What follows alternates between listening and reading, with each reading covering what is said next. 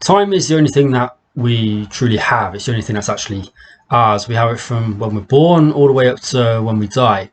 Evolutionists believe the world's around 4.5 billion years old. We're here for around 80, and then it'll continue for billions of years after that. Now, what I hear a lot of people saying is the phrase, life's too short. I disagree. I don't think life's too short. I just think we waste too much of it.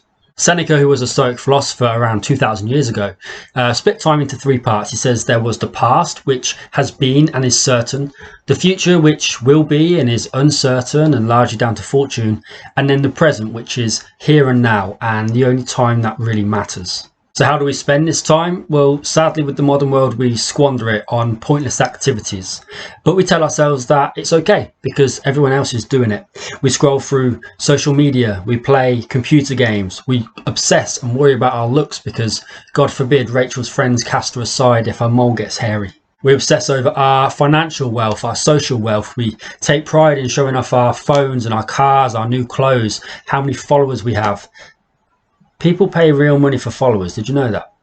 We waste our time and our health getting drunk, sitting on our backsides, binge watching TV programs. We obsess over other people's relationships, their wealth, their fame. And what we do in all this, all we do is we offer ourselves to anxiety and depression.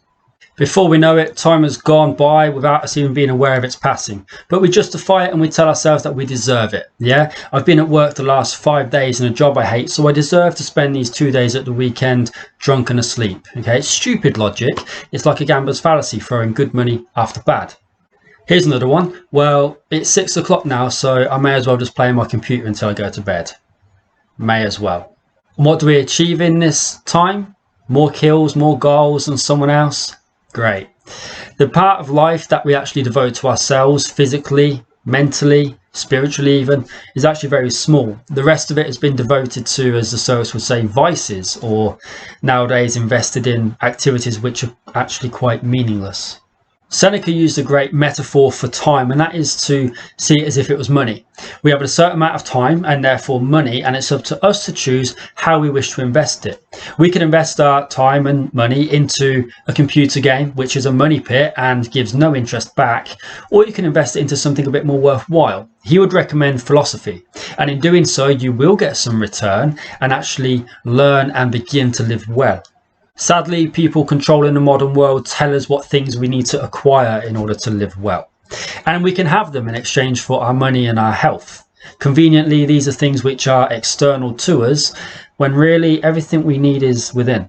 A really good exercise you can do off the back of this idea of seeing time as money is imagine you've come to the end of your life and you're reflecting back on how you've spent your time, and you can give each activity a bucket. So there is a theme of buckets under the label of nature, so things like exercise, things like intellectual pursuits, things like love, and then there is another series of buckets given the theme of socially constructed. So it'll be things like social media, it'll be things like gambling, it'll be things like binge watching TV. And then what you can do is you can start filling those buckets with your time. So imagine an hour is a pound coin, and as you start filling up those buckets, you can realize and see where your time is actually spent. If the pound coins and the time that is in these socially constructed modern day things is filling up quick and overflowing, whereas the time in the nature and natural things to us has got less in, then how can you really say that you've lived well? Now, I'm not saying those buckets should be turned upside down and completely ignored. After all, we've got a lot more possibilities today than there was 2,000 years ago.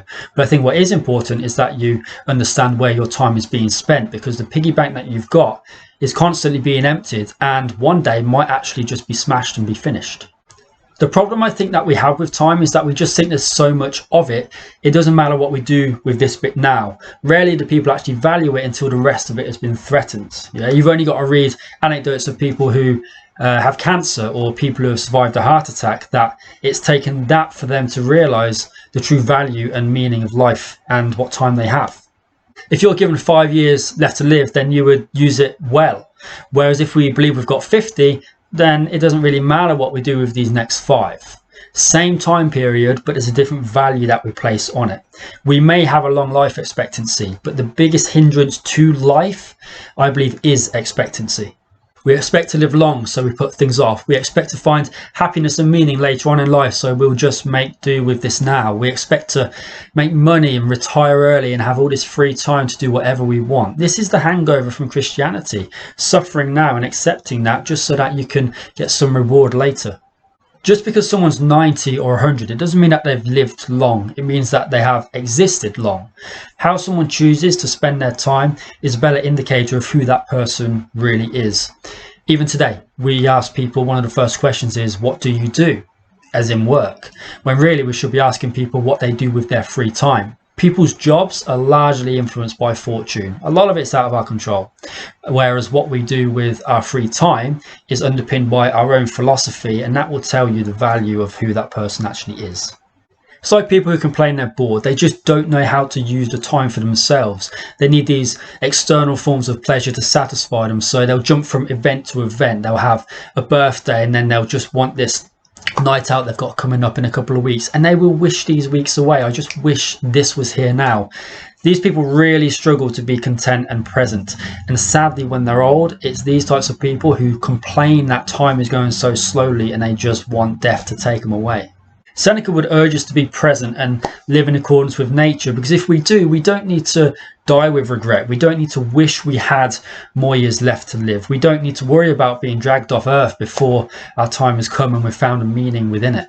It's sadly only when reflecting and looking at those buckets and where we've spent our time, we realise that we have been busy, but we've been busy doing nothing. Those who have spent their time wisely in accordance with nature, when their time does come, they don't need to be fearful. They don't need to hesitate. They've had time enough, as they would say. I'll finish with a final metaphor from Seneca. He said that if people came onto your land or into your home and started taking your goods, you would chase them out with stones.